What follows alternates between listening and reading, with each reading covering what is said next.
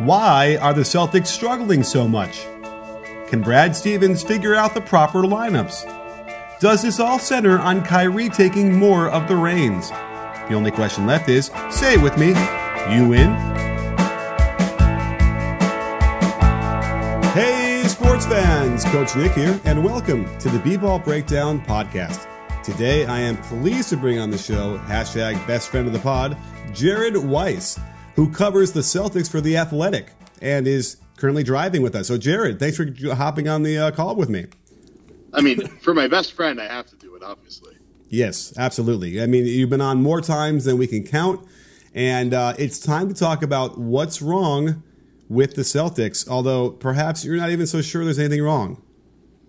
Oh, there's something wrong, but we picked a bad day to do it just because they just came off their best offensive performance of the season. But there's still plenty to discuss. Okay, well, I've been going through a lot of footage today. I'm prepared for the first time in a while. I've been going a lot of footage. I got some ideas, but I want to hear. I want you to do my work for me. So let's start. What would you say is the first issue that has left them sort of in a 500 mode and kind of struggling to keep up with everybody else in the East? I think just their offensive execution's been crap for the entire season, pretty much. So it's either been games where they're down 20 and they try to come back, or games where their fourth quarter offense is a complete mess and it just bogs down into kind of like reluctant isolation play. So they, their net, like based on their net rating, their expected win, Pythagorean win, like expectation is, I think, like a few wins higher than they really are. So they statistically should be around like the 8th or 9th best record in the league, but they're down more around like 13 or 14. So I think a lot of it is just that they've generally been decent, but they keep putting themselves in really bad positions because they have fallen back into a lot of mediocre isolation play throughout the season. And Jaylen Brown and Jason Tatum and Terry Rozier have been kind of like the three guys that have been looked at as the culprits for this, because they, those were the guys that were the stars of the offense last year, and things were like all the plays are really being called to revolve around giving them a head of steam attacking the rim.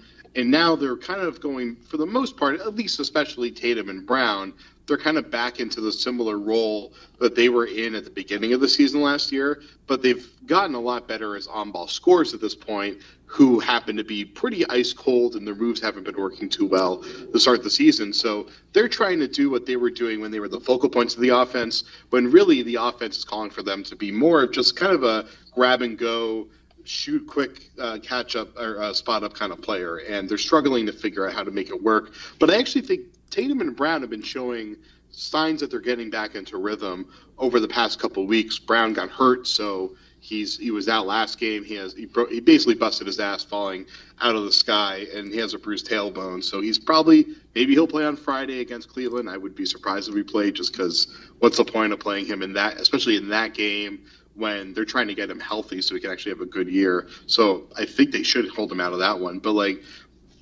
they're relying on the Marcus Smart and Marcus Morris, who have been consistent and I think pretty much locked into their roles, and they're thriving in those roles. And when they put out, five guys that really know their role, know how to execute, and didn't have any problems, any confusion on the court, stuff like that, their offense really took off. So if they can kind of get that figured out, their offense is going to be really good, and they're going to go back to being, a top-level playoff team. Okay, well, lots to unpack. End of speech. Yes, I was seeing. I was actually looking at the passes per game, and it's interesting because league-wide, it's kind of down. Like, I think every team is sort of making less passes per game than last year, for instance. The Celtics being no different, where they are actually 21 passes per game lower than they were last year. So I kind of feel like what I'm seeing, is a little bit less attack on the catch, a little bit less, ball flipping around the perimeter, a little bit more to the point where I'm just confused by how that happened and how a Brad Stevens offense can get bogged down to triple thread and ISO. Well, I mean, I think there's a couple of reasons for the league-wide trend. I think one would just be transition and fast break play is way up this year. Anecdotally, I haven't checked the numbers to see if that's true. I'm sure I'm wrong, but I'll pretend I'm right for now. So that's way up, which means most likely less passes than you would have in a half court set. So that's not a huge surprise, but also that also means more possessions usually. So, give or take there.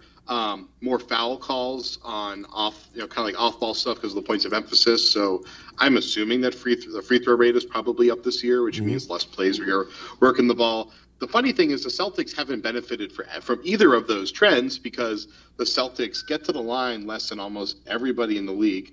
Wow, okay, as I'm speaking, the Kyle Korver has reportedly been traded to the Utah Jazz. That's a very interesting move. We could probably touch on that later. But so I really thought Philly was going to get him because it seemed like there was so much momentum towards that. But whatever, we can tackle that next. Okay. Utah, another juggernaut that clearly needs something to work, and hopefully that fixes it for them. But so, Boston, they play at a really slow pace, which is something that them and the Jazz have been kind of doubling down on this year, I feel like. And that's going to mean less passes in total per game. But then, if you look at the way that their offense is working, last year they would just kind of run dribble handoffs from the elbow over and over and over again. They could do it 3 or 4 times on a play before they eventually get kind of the pick and roll look they want or the lane that they want. This year they've been doing it once or twice, and then the ball gets to one of these guys that we mentioned before that's having trouble, and they just kind of dribble into a contested 17-footer. So that lack of patience has been an issue the entire season that I think is trending in the right direction. Sure. I was noticing that I did, in my research, a guy like Tatum is taking a ton of long mid-range shots. And I started looking at them, and you see a lot of sort of crossover, and I kind of got into trouble. Drew Hamlin was, texting me, letting me know that he's not necessarily that happy with me commenting on this on Twitter, but I even made the mistake, I guess, of saying he doesn't get by his man at all, where it's not really that he's getting by his man or not, it's that he is opting to do a step back 22-footer when he might have in a lane to get by his man. And I think that that's kind of curious to me, since maybe I'm old school, but it seems like a lot of times if you have enough of that lane, you want to actually get to the basket. So have you noticed that as well? Yeah, well, I want to make sure Drew doesn't have a sniper pointed at me while I say this, but I think I'm clear. I think part of what, and you texted me about this before, part of the thing going on with Jason has been that he's more committed to attacking the rim this year, and he's been working on bulking up his core and being more on balance, so he's better attacking the rim. But he still doesn't push through people. His footwork is so tremendous that I think sometimes he overuses his footwork and over relies on it. So he'll have a drive where he's able to get kind of like a rip through so he can get around the guy, and then he starts attacking. But I feel like he wastes a little bit of time in trying to get around the guy before attacking instead of just trying to drive right through him, and use the fact that as an offensive player, you're allowed to initiate contact and force the defender to get out of your way. He isn't really playing that bully ball style that, to Jaylen Brown's credit, I think Jaylen usually does a pretty good job with. And to Kyrie's credit, even though he's not considered a power guy, I think he does a great job with as well. And it's why he's able to get so much penetration. So I think if Jason did that, it would open up even more room for a step back, and it wouldn't force him to go into those shots that you're talking about that, it always comes down to this question, and something that I'm sure if Kobe was on the show, we'd have a very interesting debate about is it a good shot if you're amazing at it, but it's a low value shot? And that's something that like Tatum and Kyrie, more than almost any player in the league, really kind of pushes that question forward, because those are two guys that specialize at hitting the highest degree of difficulty shots from relatively low value areas of the court. Right. It's an interesting conundrum, especially when you have a coach who is, renowned for analytics and not taking those kind of shots. And I was looking at some of them and could that actually have gotten a step back to be behind the line on those moves? And not really, not the way where Tatum is operating from. So it's an interesting problem. And I think the issue is you have to be so good on those shots to make them worth it. You have to shoot 55, 56% or so, something like that. It's not easy to do. In fact, I did a video for the Athletic last week talking about the mid-range, and there's only like 15 players in the league that are shooting over 50% from the mid-range. Wow. It's funny. I wonder now, are players better at shooting from three than they are from the mid range?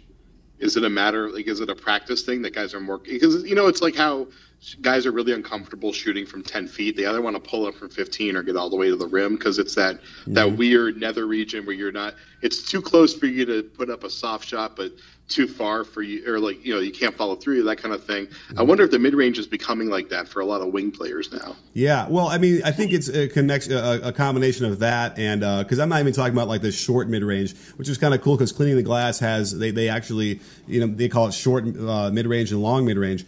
The long mid-range, though, in that college three area, that's not, shouldn't be an issue, especially for the guys who are good shooters like Corver and Clay. And I felt like for a long time, I felt like what the problem was and why we wanted to avoid those shots is because in a macro sense, when you're looking at everybody in the league shooting them, you know, a lot of those guys who are shooting those shots, the defense is more than happy to have them do that. So it's kind of a noisy stat, but even still, it's a little bit surprising when you see even the really good shooters from three, for instance, you know, shoot well from that mid-range area, but not, you know, not as well as you'd almost think. Now, you know, of course, when Clay does it, it's a layup for him, right? If he gets a good look. Yeah. But Clay doesn't even make those shots as hard as Tatum does, for almost on purpose. And so it's an interesting conundrum there for how they're going to go forward and improve. Let's talk about Gordon Hayward for a second because, you know, he was supposed to be the extra piece and the missing piece, whatever he is. How much of his struggles, and he's really struggling to shoot the ball, open shots, his threes are long a vast majority of the time. Do you think that there's, how much of this is him recovering from his injury? I think it's a huge amount of it. It's just a ton of rust. I mean, I can't remember if this was in the story or not, but I talked to his trainer probably a lot over the end, you know, late summer or then early part of the season about just like what his expectations are for Gordon. And, you know, I think a lot of these trainers usually want to hype up their guy as being like he's completely ready or off-season program worked, that kind of thing.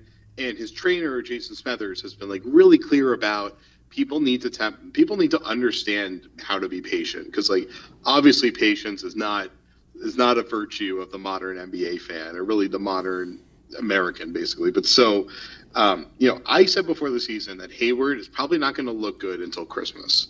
It's probably going to be about half of the season until he looks good enough to really be a starter. So this hasn't really surprised me that much. And the recurrence of soreness has not surprised me as much. I think for people that have kind of talked to him in his camp, that have understood what this process has been like, having to sit out occasional games through the soreness is something that you expect because that's what it's like for him. Especially, like, I think the last time that he sat out, he played like 39 minutes the game before that, which was the most by far that he's played since the injury. So, like, he is going to have inconsistency. Shooting is going to be one of those areas where you're really going to see it because, you know, he's a guy that wasn't a high elevation shooter. He was a relatively low jump set shooter who has, like, he doesn't have like a massive, like, he's a very compact shot, I would say. So most of his shot power comes from his core and his legs. And obviously right now his legs are a lot weaker than they were a year ago because it's like, it takes you like 8 months of playing before you really get your bounce back. And we can see when he tries to elevate for the most part, he doesn't really get that much off the ground. He actually had one steal where he picked off like a back pass and was able to get a clear break on his own, where he not only kind of blew by the guy and like showed some separation ability, but he got up there and he threw it down like pretty much normal as you would have seen him do it in the past. That was a huge sign because we haven't really seen very much of that so far. So I really do think that the shooting inconsistency is just that he doesn't have a huge sample size yet of being able to get out there and really get a shot off. He's still learning his spots with this team. I think he looks more comfortable in the offense lately than he did earlier in the season. And especially in that New Orleans game, they found a way to make him a playmaker. He barely scored that night, but he was a good playmaker for most of the night.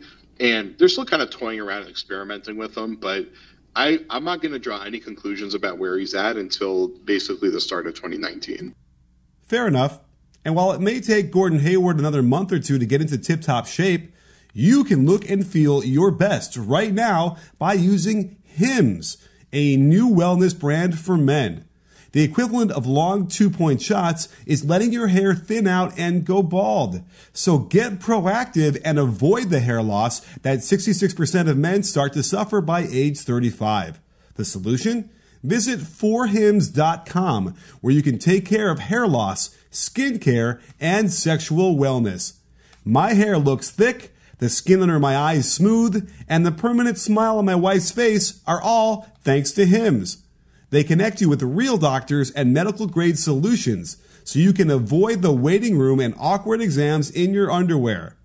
Order now, and you'll get a trial month of Hims for just $5 while supplies last. See website for full details. This would cost hundreds if you went to the doctor or pharmacy. So go to forhims.com/Coach Nick. That's forhims.com/Coach Nick. And in case your ears needed help too, it's forhims.com/Coach Nick. And it's interesting because as I'm seeing a lot of these long misses, to me, it's not even the legs. It's just his rhythm is off. He is not syncing up the timing of his legs, straightening him to his jump with his arms going up, and it's off. And that just could very well be reps and game reps, and he'll eventually find it. So, I don't know if he's ever going to be a lights out 42% 3-point shooter, but I would imagine he'll get closer to the 38, 39, and then be reliable when he's open. They're leaving him right now. I see teams rotating off of him even in the corner and letting him kind of take that shot, which has got to be offensive to him. Well, it's on him to make him pay, and he's competitive as hell, so he wants to make him pay. And I can tell you, his camp's goal is for him to shoot 41% from three when he's healthy. Like, that's what they're going for. So they think it's doable. He's a very clean shot, and he doesn't take a lot of bad shots. Like, to his credit, his shot selection has always been pretty good, I think, throughout his career. For sure. Now, where you also see a lot of rust is dribbling. There's been a lot of sort of bad dribbling turnovers, I've noticed, into traffic and kind of off balance and loses the handle. Again, a little bit of an anomaly, and again, just more evidence of what we're talking about here as he gets back into his shape. Just FYI, his career 3-point percentage is 36.5%. He had 1 year where he got to 41.5. So on low volume. So, I think it might be a little bit of a stretch to say 41 this year, but certainly, he should be, again, in that 37, 38, I would imagine. Let's talk about lineups real quick, because I feel like that's another the big thing that Brad Stevens needs to unlock better is who is playing with whom. What are your takes? My take on the pods for the last few weeks has been to start the two Marcuses with Tatum and then Kyrie and Horford. He finally did it in the New Orleans game on Monday, and they had their best offensive performance of the year. So that just, I think that's the way they have to go for now. And maybe they put Jalen in the starting lineup and they kind of choose between Smart and Morris if they want. I think they should just, for now, just leave it as it is and don't see how far they can push this. And like Jalen and Hayward are still going to be getting their minutes regardless. I don't think it's going to make a big difference there. But that group that is the current group of two-way players that they have on the roster right now. Kyrie is showing a lot of effort on defense and whatever the equivalent to special teams is. And in basketball, we're kind of like the in-between of offense and defense. But like Kyrie makes a lot of defensive mistakes, frankly, because I think he's over-eager a lot of the time. He's trying to prove himself a lot of the time, and he actually takes himself out of position and compromises the defense. But, like, in general, I think he's found a good balance between defensive effort and the fact that he's carrying the offense. I think he's really managed to balance well. And Kyrie made a good point after that Monday game is that having Smart out there, Smart is not – like, Jalen is one of the best two-way players at his position. Disregard the struggles earlier this year. Like, he's established a track record over last season. He's one of the best two-way players at his position, and kind of like the limited sense of guarding his position. Kind of like how Klay Thompson is like a very good versatile defender on wings, but doesn't like guard all five positions like a lot of these guys can now. Mm-hmm. But I think Klay's maybe the best at doing what Jalen is trying to do. But like Smart defends every position. He can defend a point guard, a three, and a center on the exact same possession. Like, he was guarding Anthony Davis, I think, at times during that game. And, like, having him out there, I think, gives Kyrie a lot more comfort that he doesn't have to go all out on defense. He can kind of focus his energy on offense. And then he had an amazing offensive performance that night. And so just having Smart out there, his persistence and his communication are just so off the charts. him and Horford together, whenever they share the floor, their defense is the best in the league by a pretty good margin. Mm-hmm. So having Smart out there, even if he is a very inconsistent shooter, he's not a terrible shooter. He's just a very inconsistent shooter. He had a streak in that game and a lot of these games where he's burying threes with guys right in his face, and then later in the game he's going to miss 3 wide open threes in a row. That's just how it goes with him. Yeah. But he's a very good playmaker. He's one of the better pick and roll playmakers in the league, despite the fact that teams don't overcommit on him when he's running pick and roll. So they kind of sit back and they don't blitz him because they know that he's not going to be a major threat to shoot, that kind of stuff. But he still finds a way to be a good playmaker. But he brings that balance. And then Morris, of course, has been a really good three-phase defender this year. And then he's shooting lights out. His three-point shooting has been really good. He's pretty good attacking the rim. And ironically, while Tatum and Brown and some of these other guys have struggled with shot selection this year, Mook, who has had some of the worst shot selection of any wing in the NBA the last few years, he's been really diligent and not taking a lot of the bad shots that he used to take and not going into his favored double crossover pull up with a guy in his face or fade away from 18 feet that he always takes. He's been a really smart and a patient player. And he's been playing really well, and he's going to make a ton of money this offseason because of it. Yeah, almost half his shots are from behind the line, where he's scorching at 43%. So it's been a nice. I don't think he's going to keep that up, but certainly if the shot selection it stays better than it has been, that's going to be a win for them. I just want to think that as far as the key for the Celtics in their offense, it just seems to me that Kyrie needs to play as the man. You know what I mean? That when he scores 26 or more, they're 5-2. And it just seems like they're a different team when they're not being well, I'm really good and so are you, so you try and do something and then, well, he's really good too. It just seems like when Kyrie is in the FU mode, that's when they're playing the best, and somehow that he needs to just tap into that every night. Well, the big part of that, though, is that I'm really surprised he only has 7 games with 26 or more points. That's surprising because they've played, 21 games now or so?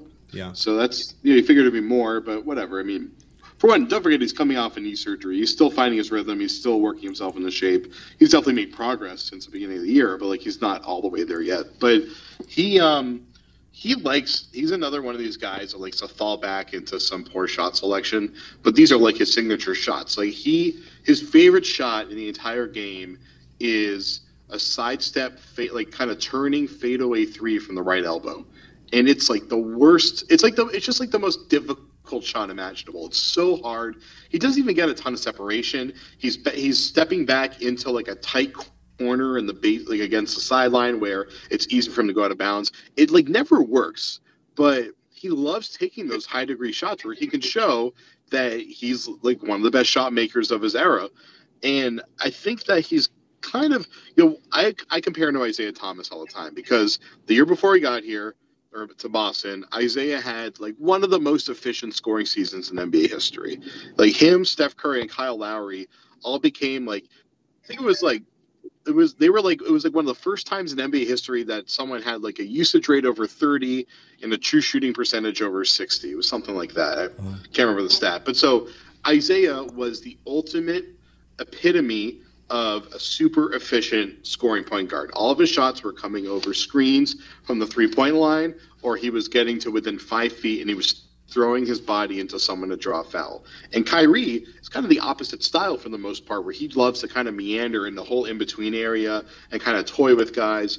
And that can be super effective when, for instance, in the fourth quarter of that New Orleans game, he was able to drive right at Anthony Davis and use his step back ability and some of his change of pace ability to get the shot off and hit it over Davis, which almost nobody in the league can pull off. So he's able to do the things that almost no one else can do.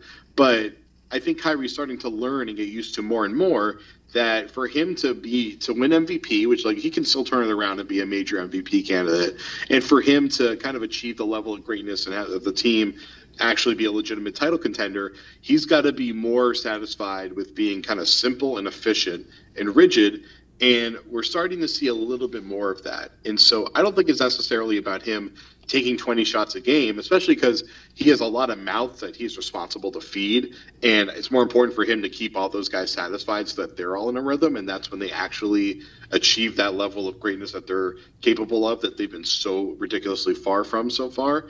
But he's got to take satisfaction in getting kind of quick and easy buckets rather than pulling something off that's gift worthy.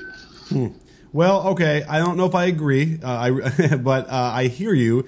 I just don't think that feeding the mouths that you mentioned is not really been a thing for him anyway in his career. He's always sort of been a two guard, really, anyway, and so that's why I like Marcus Smart out there, because all of a sudden, and I read somewhere today, and some schmo wrote some article about it where he talked about how Kyrie off ball and setting ball screens was unlocking a lot of things. I wonder who that was. And that I like that. That's when I'm like, okay, which is in theory a little bit more that traditional, Klay Thompson role for him or something. And that to me, it makes me more excited than him. Now, by the way, tell us, like, the issue it seems like is that when he runs a traditional point guard role, they can blast him at the top of the key, get it out of his hands, and all of a sudden he's not part of the offense anymore, right?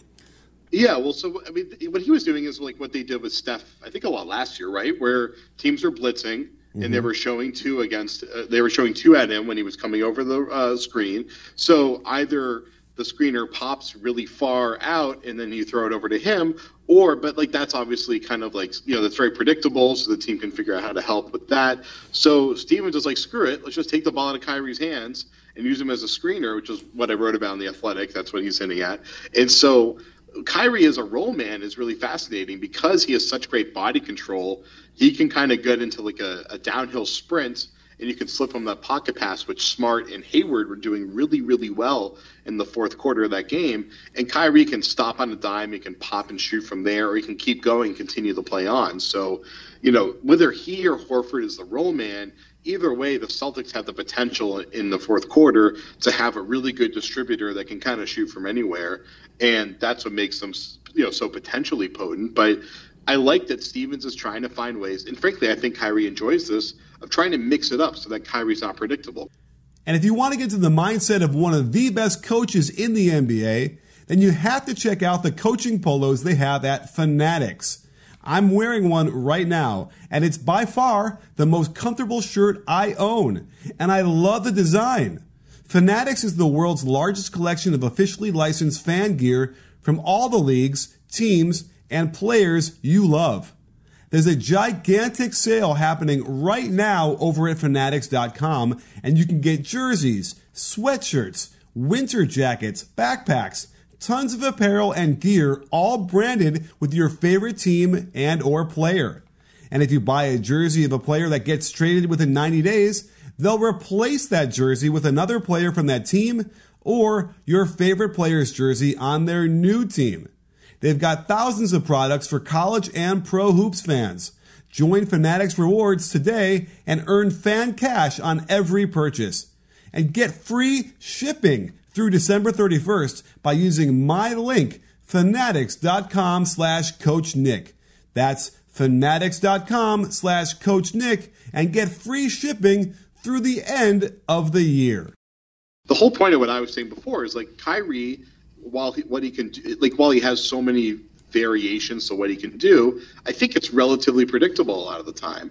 And you got to mix it up because, unless you're Steph Curry, like, teams can game plan for you basically. And like we were saying before, it was like, eventually when teams were blitzing Steph really effectively, they just switch it up and they had him be the screener, or they would run screen the screener action to get him free. So it's like they got to do that with Kyrie because Kyrie is very Steph-like. He isn't that level of shooter, but in general he's one of the few point guards in the league that kind of, like Dame Lillard is another good example, that fits that template of player.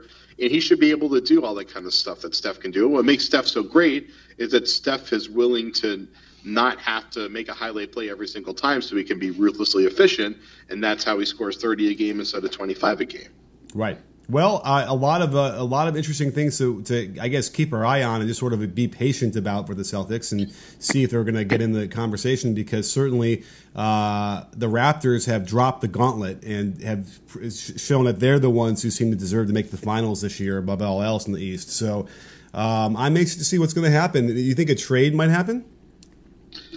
I mean, I don't think a trade is going to happen because of their level of success this year. I think the trade would happen for the same reasons that we thought it might happen before the year, that Terry Rozier, he was on Rick Pitino's podcast, not to give any attention to another podcast out there. We know this is the only podcast people should ever listen to. But if they ever were to listen to another pod, Rick Pitino has one, which still blows my mind. He had Terry on, I think, yesterday, and he asked Terry about free agency. And Terry said, it's not about being a starter or about getting money. It's about getting what I've earned and what I deserve, which of course can be quantified in either money or a starting role. So it's BS what he's saying. He's saying what every other guy ever says who isn't in a role that they want to be in and they want to get paid, which, Terry's had an up and down year, but last year, I think he clearly established his potential. And I think if he gets into a similar situation, he's going to show that he's worth it.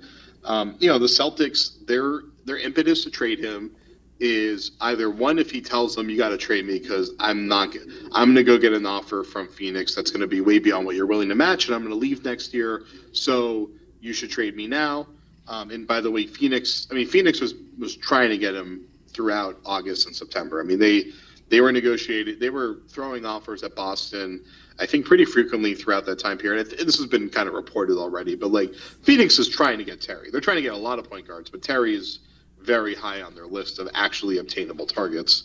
And I think they weren't willing to put anything of significant value in the trade package, or at least not enough to make the Celtics do it, because they know that they have the cap space that they could just give Terry a ridiculous offer in free agency. But so he's the one guy who actually has the impetus to want to try to get out of Boston, just because it's really affecting the bag for him. And obviously Marcus Morris was the other guy that we were thinking about that before the season. But right now, he's earning that bag with the way he's playing for the Celtics. And frankly, Rozier can have the opportunity to do that. I mean, if Morris can pull it off, there's no reason why Rozier in 28 or 30 minutes a game can't do it as well. But frankly, his play has been kind of inconsistent, and Smart's been playing so well that his minutes have been kind of down to where they were before Kyrie got hurt last year. And I think that's what's really concerning for him. Fair enough. Well, do you have a 30-second reaction to the Utah Jazz sending Alec Burks and a 2 second-round picks to the Cavs for Kyle Korver? Well, I thought it was totally reasonable before the Burks part came out, but I'm really surprised that they're giving up on Burks now. But I guess they feel that they have enough. They already have enough talent there that there's not really much of a significant long-term future for Burks. They already know that he's not on a good contract relative to what he can contribute. So if you can get off of that money, bring in Korver, I think it's pretty reasonable.